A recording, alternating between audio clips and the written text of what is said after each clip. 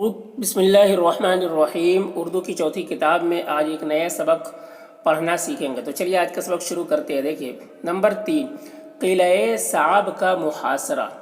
قلعہ صعب کا محاصرہ۔ اس کے بعد چند اور قلعے فتح ہوئے۔ اس کے بعد چند اور قلعے فتح ہوئے۔ ٹھیک ہے، پیچھے پڑھے تھے، اسی سے اس کا تعلق ہے، اسی سبق سے۔ اس کے بعد چند اور قلعے فتح ہوئے، پھر قلعہ صعب کا محاصرہ شروع ہوا۔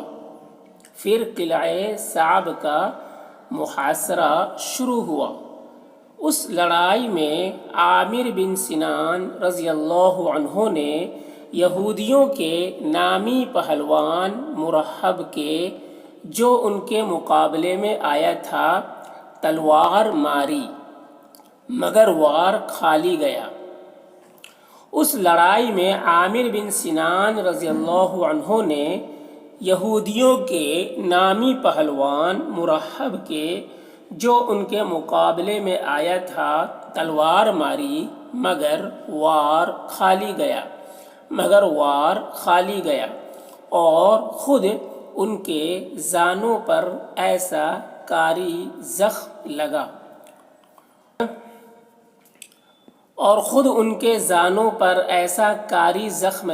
کاری مطلب گہرا زخم لگا، ایسا کاری زخم لگا کہ اس سے جاں بر نہ ہو سکے، جاں بر مطلب صحیح نہ ہو سکے، کہ اس سے جاں بر نہ ہو سکے، اور چند روز بعد وفات پائی۔ ان کے بھائی سلمہ رضی اللہ عنہ کو شک ہوا کہ ان کا یہ عمل ضائع گیا۔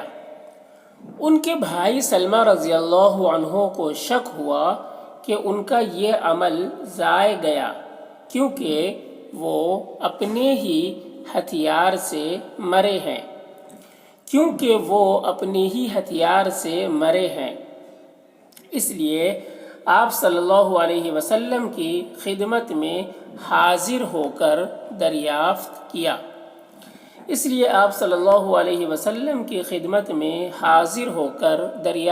کیا، تو آپ صلی اللہ علیہ وسلم نے فرمایا نہیں،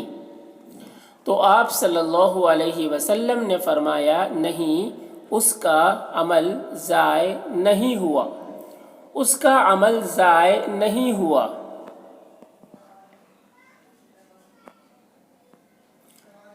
بلکہ اس کے لیے دو ثواب ہے،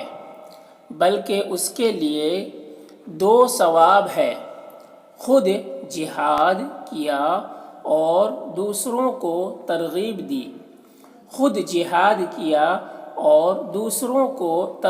دی۔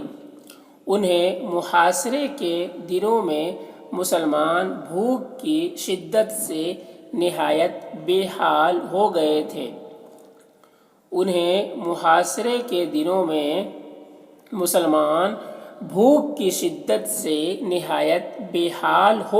تھے۔ آپ صلی اللہ علیہ وسلم نے یہ حال دیکھ کر خدا کی درگاہ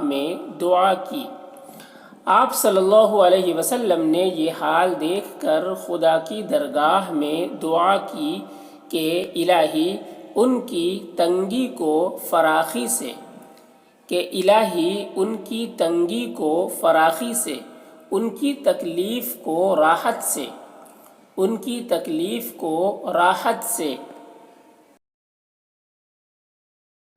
بدل دے، اور ایسا قلعہ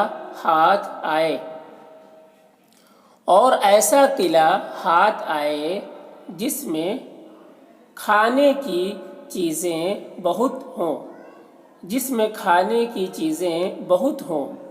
اس کے بعد آپ صلی اللہ علیہ وسلم نے منذر بن حباب رضی اللہ عنہ کے ہاتھ میں جھنڈے دے کر حملہ کے لیے فرمایا۔ اس کے بعد آپ صلی اللہ علیہ وسلم نے منذر بن حباب رضی اللہ عنہ کے ہاتھ میں جھنڈے دے کر حملہ کے لیے فرمایا، چنانچہ سب مل کر دروازے پر جا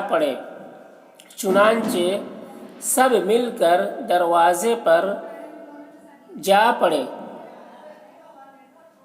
اور تھوڑی سی دیر میں اسے کھول کر اندر داخل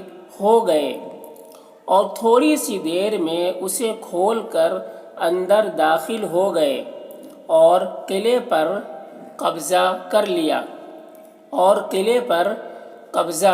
کر لیا۔ اس قلعے میں کھانے پینے، پہننے وغیرہ کی چیزوں کا بہت ذخیرہ